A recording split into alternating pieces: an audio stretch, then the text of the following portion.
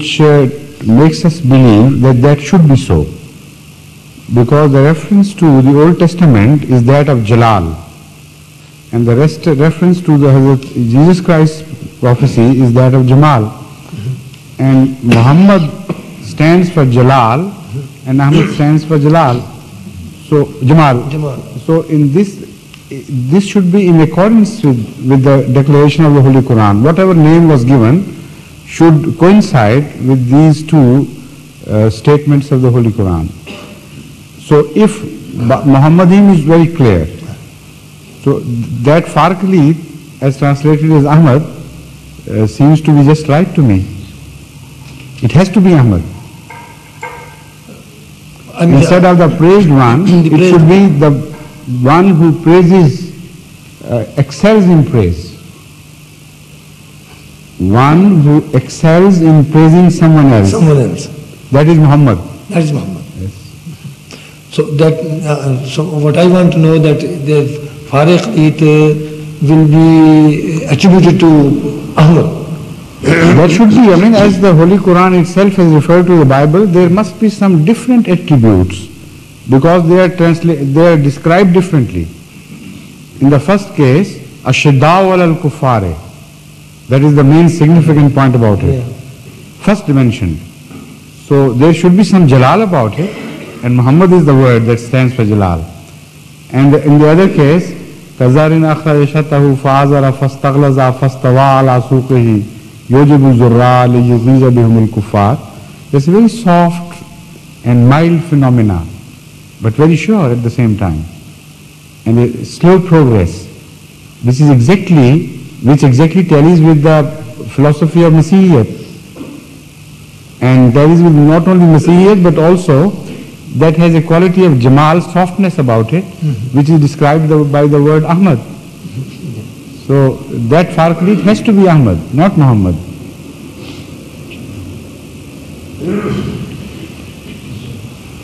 Yes, please.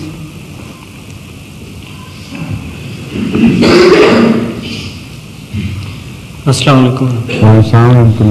Hazur, there is a saying of Hazrat sallallahu alayhi wa sallam that La tufazzalu ala Yunasa and La tufazzalu. Yes. And there is an ayah from Quran Kareem that about Khatam al-Nabiyyin. Right. Was this ayah announced after that sayings? Of course it was. And how many years? Yes. After? Some years. It was in 1905 that this was revealed, and that saying of Rasulullah belongs to a much earlier period. I think it was Makki, this tradition is. Yes. No, but no, that is not just enough. The point is, you should ask why there is an apparent discord in the two things. Sir, I know that, but okay, I wanted to confirm that. All right. Yes, please.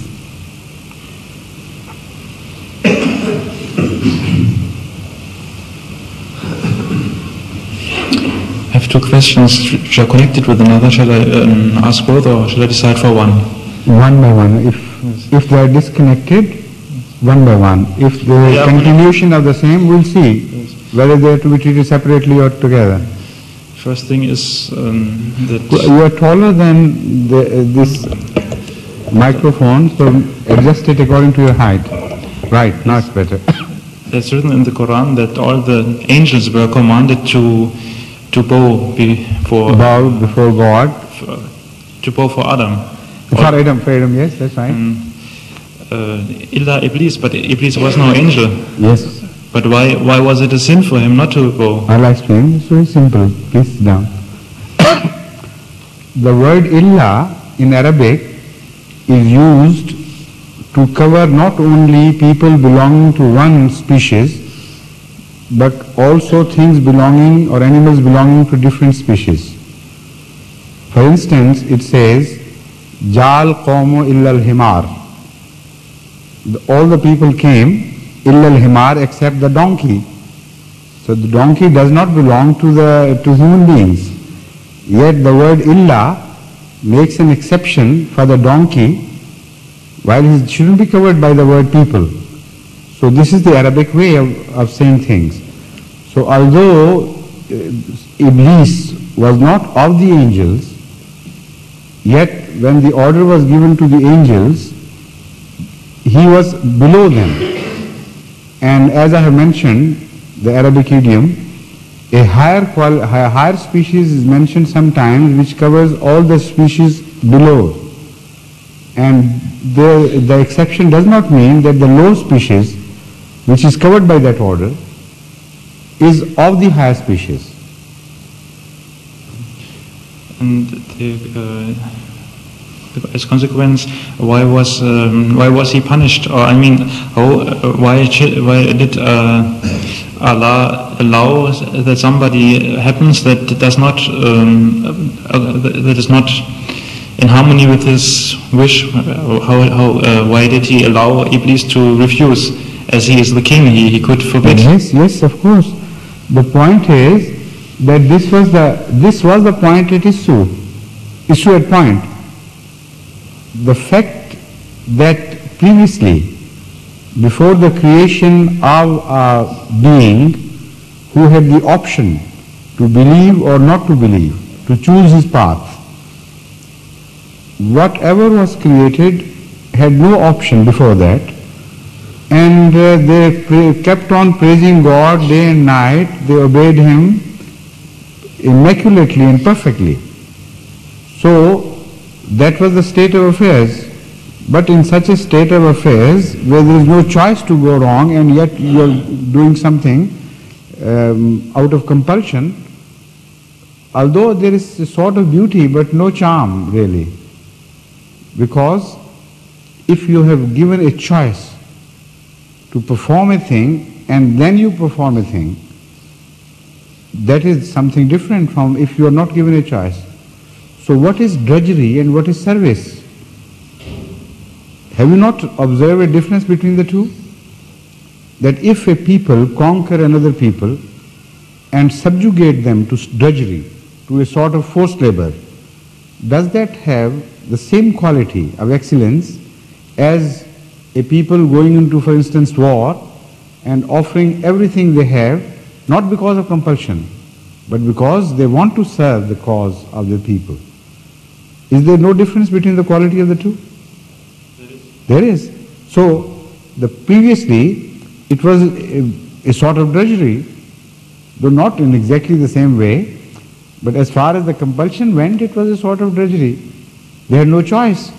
The quality of their service to God could not be compared to the quality of service to God of a being which was given option. Option either to praise God or to turn against Him. So that phenomena which you are referring to is just the beginning of this. That question answer, the dialogue, is the unfolding of this phenomena. So the choice had to be given, otherwise you will not be here, I will not be here.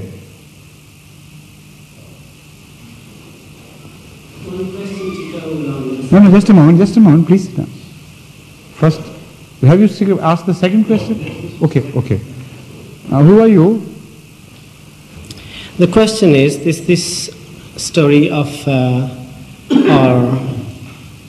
the angels and the devil or shaitan or iblis, could it be seen as a dramatic way of describing the human way of thinking? You are right in the sense that it carries some significance and some deeper message.